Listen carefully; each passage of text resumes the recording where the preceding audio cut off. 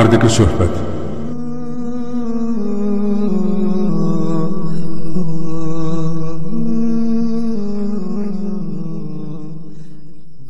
Bir narsani bilgim keladi. Mana hozir bu kitobni anglashga boshladingiz. Sizmi men kulgan joyda kulib, men yig'lagan joyda yig'larsizmi? Kamer ichida.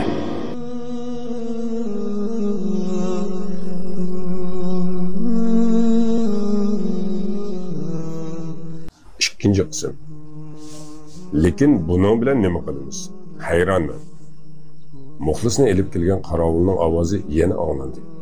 Balkim u bizga tamoq elib kelgan bo'lishi mumkin, dedim men. Yo'q, bu kechada tamoq nima qiladi? Turmaga yangi kelgan odamda gap qilmasang-chi, dedi Barat. Demasmi tamoq emaskan. 4-chi mahbus kelibdi. Qarovul bizga tikilgach, mahbusni kamera ichiga ichtirib ko'gizdi va "Bumi sizlar bilan birga turadi" dedi. Barat qarshi chiqdi. "Bu kamerada endi o'rin yo'q-ku. Samonga o'xshash tiqilib ketamiz. 2 kishi zirkib qolamiz degan edim. Qo'shin keltiringlar demagan edim." Qarovulning ochig'i keldi. "Men nima qilay? Men sizlarni bu yerga taklif qilib elib keldimmi? Bir karvatda 2 odam yotsizlar. Boshqa amalinglar yo'q." Muxlis yig'liqdek bo'lib gap qildi. "Janobiy qarovul, bu kichikina karvatda qandoqmi 2 odam yota oladi? Bu hargizmi mumkin emas-ku. Voy halim, o'zimni yomon his qilyapman. Balkim hozir hushimdan ketishim mumkin. 2 odam bir tal karvatda qandoqmi yotadi?" Barat ochchig'ini Muxlisdan oldi. "Sen o'zing 2 kishining o'rnini olasan-ku, to'g'rimi? Sharpim ursin seni. Seni 3 kishi deb hisoblasaqmi bo'ladi? Menga qara, mening og'irligim 54 kilo. 3 kere 54 qancha bo'ladi? Albatta 162. Sening og'irliging oz bo'lgandimi 250 kilo keladi." Muxlis hech narsa anglamagandek qarovulga yolvorishga boshladi. "Janobiy qarovul, sizdan o'tinay, meni bu yerdan chiqarib eting. Saran bo'lib qolay" dedim. Hammamiz kulib tashladik. Qarovul eshikni taqib etib ketdi. Barat 4-chi mahbusdan so'radi. "Nima jinoyat qilding?" "Qotillik." "Hukm kesdimi?" "Yo'q. Erta oxirgi sud ichiladi. Shuning uchun cho'ng turmadan bu yerga elib kelishdi." "Demak, sana o'lim jazosi beriladi." "Ha." Barat hayron bo'lib qoldi. "Lekin xofiliqing hech bilinmaydi. O'limga boradigan odamga o'xshamaysan." "Yashashni xohlamayman. Shuni nimishqa ko'nglim yerim bo'lsin. Bir pay o'q atidi, qon qilib yerga yiqilaman. Shuni bilan hamma tugaydi. Bu dunyoda zerikib ketdim. O'limni sig'indim, birodar, o'limni. Jahannamning o'ti bu dunyoning dardida kuydirmas kerak. Yoki menga shundoq tuylamdi bilmadim. Iching ko'p dardga to'shabdi. Bu dunyoning nimasi yoqmagandi sana? Hech narsasi. Rostini desam, yelinishdan izoh tortaman. Farzandlarim boylarning yegan tomoqini, kiygan kiyimini so'raydi. Bolada namratlikni tushunmaydi. Shunda vaqtda bundaq diktatorlik tuzumidan seskinsan, ondan o'g'irlikqa qo'l solasan. Turmaga tushgandan keyin o'limni orzu qilasan, hatto jahannamga ham rozi bo'lib qolasan. Barat qaqoqlab kulib o'tdi. "Jahannamni ko'rmay turib gap qilish osonda. Do'zaxni o'z ko'zlaring bilan ko'rganingda qanday ahvolga tushganingni bir ko'rib boqim kelyapti. Jahannamga tushishimni qayerdan bilib qoldim? Bir odam o'ldiribsan-ku. Do'zaxga kirishing uchun bu ozlik qilamdi." "U odam o'limga loyiq edi. O'limga loyiq bo'lsa-mo, sen uni o'ldira olmaysan." "Bu gaplarni qo'yib tur. Azroq uxlag'im kelyapti. Menga o'rin bormi?" Barat yana hayron bo'lib qoldi. "Sharpim ursin seni, sendek odamni ko'rmaganman. Erta o'lim jazosi beriladigan odam bugun xotirjam uxlayman deydi. Ajoyib beg'am odamlar bor-kan-a. Kashki men shundoq bo'la olsam-chi." "Uxlaydi, birodar, uxlaydi. Seskandingmi hayotdan? Bu dunyoni ham parvoyingga keltirmaysan. Menga biroz uxlaydigan joy ko'rsatinglar, uxlayman." Semiz Muxlis gap so'zlarni endi tushunib yetgancha ko'zlari chaqchiyib ketdi. "Nima? Seni ati o'ldiramda?" Ya Xudoyim, ichimga patur olmayapman. Notanish odamlardan har xil narsalarni anglashga boshladim. Demak, seni ati aytibdi. Voy anam, hey, men ati o'ladigan odamning yanida yota olmayman. Bu yerdan tezlik bilan chiqishim kerak. Muxlis tamning bulung'ida turib qolgan bo'lib, karvatning ikkinchi qavatiga chiqolmaganligi uchun nima qilishni bilolmagan edi. Baratning Muxlisga ichi og'rib, birinchi qavatni bordi. Muxlisning og'izi hali ham ochiq edi. Uyqusirab ketgan mahbus men bilan bir karvatda yotadigan bo'ldi. Umu menga o'xshash qiltiriqdek uruq ekan.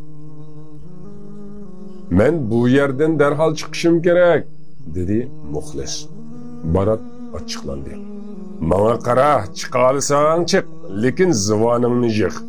10 yildan buyon men bu yerda qola olmayman degan gapni 10 ming qitim anglaverib ko'nglim saskinib ketdi. Shu gapni anglasam nirvam qaynab ketadi. 4-chi mahkum mening yenimda yotadigan bo'lganidan Barat nihoyat mamnun edi. "Qani, senmi karvatga chiq? Menmi tez kelaman?" dedi Barat. Muxlis qiziqib so'radi. "Qayerga mangdingiz, janobi Barat?" "Choyxonaga berib kelaman." "Rostmi? Menmi siz bilan birga borsam bo'lamdi?" Muxlisning gudakligidan Baratning texmi ochchig'i kelib ketdi. "Sen qayerdami yashagan bo'lgayding ha?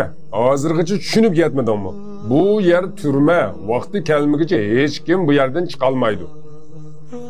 Baratni tomosha qilish menga huzur berayotgan edi. Qilib qo'ygan xatoliqim tufayli 12 yildan buyon kulishni unutib qolgan edim.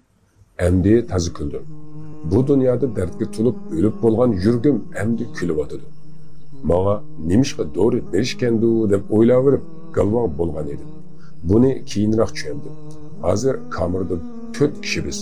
Baratning parvoyi pilak bo'lib, turma qarovullarni og'ziga kelganini deb sukuyotgan edi. Bir ozdan keyin qarovulning ovozi yana anglandi. Barat quloqlarini etib turib gap qildi. "Nima desangiz dang, lekin sizlarga yana bir mahbus elib keldim demam. Agar shundoq bo'lsa aqldan ezib qolaman. Kamerning sirtiga chiqib ketaman, qutulaman." Qarovul Baratning so'zini anglamagan edi. "Sizlarga yangi mahbus elib keldim. Gaz va Gocha. Ismi Ahmad. Yangi kamer echilg'uchi chidaysizlar." Barat ochiqqa kelganligidan qo'llarini musht tugib olgan. Ko'zlari qizirib ketgan edi. "Janobi qarovul, bu kichikgina kamerda buncha ko'p odam qandoqmi yotadi? Bu mahbuslarni ozroqmi o'ylab qo'ymadinglarmi? Xudo haqqi, bu semizning o'zida 3 odamning o'rnida yotadi. Ammo siz yana bir mahbus elib keldim deyapsiz. Hamma odamlar turmaga kelibdimi, janobi qarovul?" Qarovul chiroyli so'zlar bilan tushuntirishga urindi. "Men nima qilay? Bugun yangi mahbuslar turmaga yig'ib ketdi. Sizlar jinoyat qilmasanglar, bizgami bu qiyinchiliklar bo'lmaydi. Qiladiganni o'zingiz qilishsiz. Ondan bizgami o'zingizgami azob elib kelasiz. Keyin bo'lsa turmani yoqtirmaysizlar. Bu ahvolinglarga shukr qilinglar. Ba'zi bir davlatni parchalashga uringan terroristlar tufayli boshqa turmalardagi mahbuslar bir karvatda 3 kishi yetibdi. Barat hayron bo'lganicha avval karvatga qarab qo'ydi-da, ondan so'radi. "Janobi qarovul, qandoq yetishibdi? 3 odam bir karvatda. Biz bilmaydigan biror yo'li bormi? Bo'lsa aytib bering, bizmi bilib olaylik." "Bilmayman. Elinglar, mana bu sizlarga 5-chi mahbus. Nima qilsanglar qilinglar. Bu mahbuslarni turmaga men elib kelmadim. O'tinay qarovul, endi bu kamerga mahbus elib kelmang." Nazari chiqdi. Yenimda yotgan mahbus xurrak tortib o'tdi. Barat o'ziga o'zi gap qilgancha u yoqdan bu yoqqa menib yuradi. Muxlis karvatga patmay bedenining bir qismi esilib qolgan edi. U yana yig'lashga boshladi. "Men bu yerda yota olmayman. Tug'ilgandim bu ham bundoq tar yerda yetib boqmagan ekanman. Nimishqa bundoq qildingizkan ha dada?" Barat tishlarini g'ichirlatib javob qaytardi. "Ohosh, shundoqmi? Patmadingmi karvatga? Biz kankangni yayrab yetibdimizda bu yerda. Bizga bakla yoqudi, chunki biz turmisiz yashay olmaymiz. Turmaning bolalari biz, sen bo'lsang shahzada." nazoratchining ovozi yana anglandi. Kamera ichidagilar, bo'sh o'rin bormi? Bu qatim Barat ko'zlarini chakchaytib gap qildi va eshikni echayotgan qorovulga og'ziga kelganda deb javob qaytardi. Ohoy, nihoyat yaxshi. Bizni hayvon qatorida ko'ryapsiz. Shunga xohlagan mahbusni elib kelishingiz mumkin. Qorovul itlar kabi g'o'ljirlashib vaqirdi. Ovozingni yig'. Mening boshqa choram bormi? Sendan urun bormi deb so'radim. Ruxsat bering deb emas. Bir karvatda 3 kishi yotsizlar. Farqi yo'q. Karvatda faqat beshimning ustida urun bor. Xohlasangiz mahbusni beshimning ustida o'ltirg'izib qo'ying. Menga baribir. Ati meni turmadan qo'yib beradi. Bu kecha uxlamasammi hech qisi yo'q. Ammo boshqa mahbuslarning ahvoli qandoq bo'ladi? Demak, ati erkinlik chiqsan. Ha. Bu yerdan qutulaman. Nihoyat yaxshi. Undaqda bu mahbus bilan tang otdir. Ata buningga o'lim jazosi ijro qilindi. Qandoq qilib tang ottirman? Karvatning kengligi 70 sm. Bizni mushuk deb o'ylashdingizmi? Bir karvatda 2 kishi yot deysiz. Hatto men 80 santimetrlik karvatimiz siqilib ketaman. Ammo 2-3 kishi bilan qandoq yotamiz? Barat tuyuqsiz gap qilishdan to'xtab qoldi. Nima? Ati uni o'ltirshamdi. U endi yelinishga boshladi. O'tinay qorovul janob. Bu ati o'lar ekan. Boshqa joyga tiqib qo'yinglar. Buning sizmi bu yerda talvis semiz bor. Bu mahbus bo'lsa xurrak tortib orom bermadi. Bu oxirgi kechini uxlab o'tkazay. Teshig'a dam olgan holda chiqay. Ati o'ladigan odam kecha-kecha vah qilib chiqadi. Birisining dotlanishini anglashga taqatim yo'q. Muxlis gap qilib. Janobiy Barat, tamakamni tutashtirib bersangiz.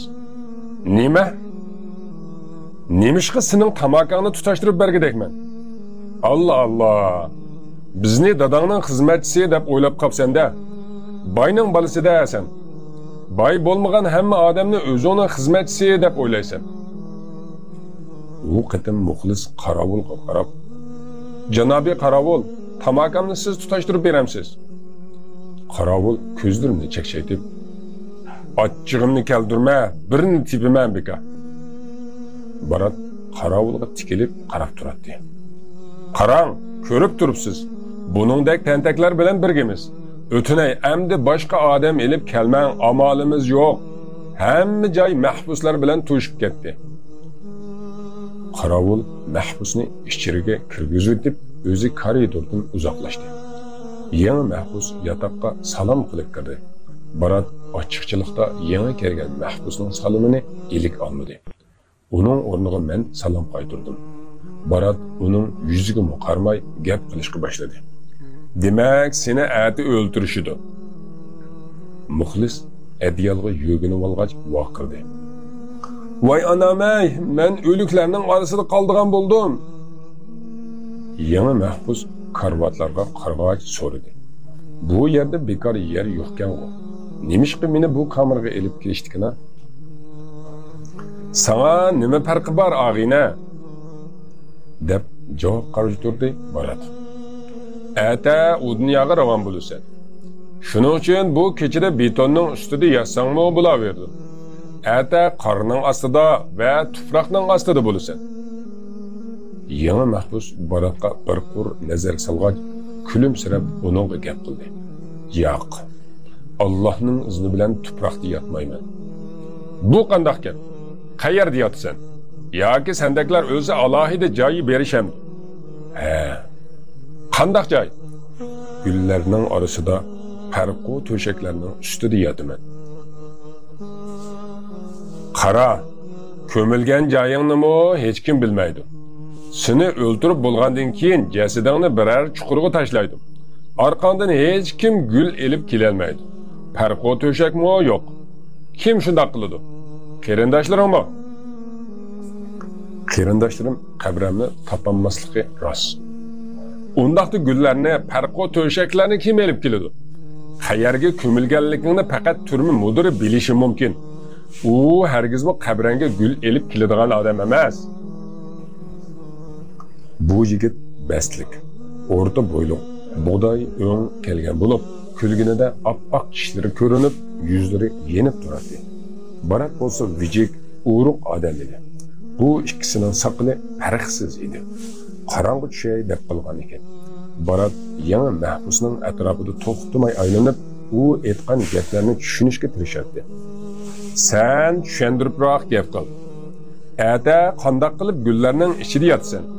Sana gullarni kim elib keladi? Allah. Allah mı? Allah o'lganlarga gul beradi ekan. Vah vah, aqlingni yo'qotibsan-ku, seni aqlli odam deb o'ylab qoptiman. Az hushim joyida. Aqlimni yo'qotqidek hech bir sabab yo'q. Eğer o'lasan, buningdanmi cho'ng sabab bo'lish kerakmi? Aqlingdan ketganing aniq. Gul pul deysan, hatto qabrida yetishingga ishonmayapsan. Ha, ishonmayman. Chunki Allah mening ruhimni jannat bog'ichisiga ravon qildi.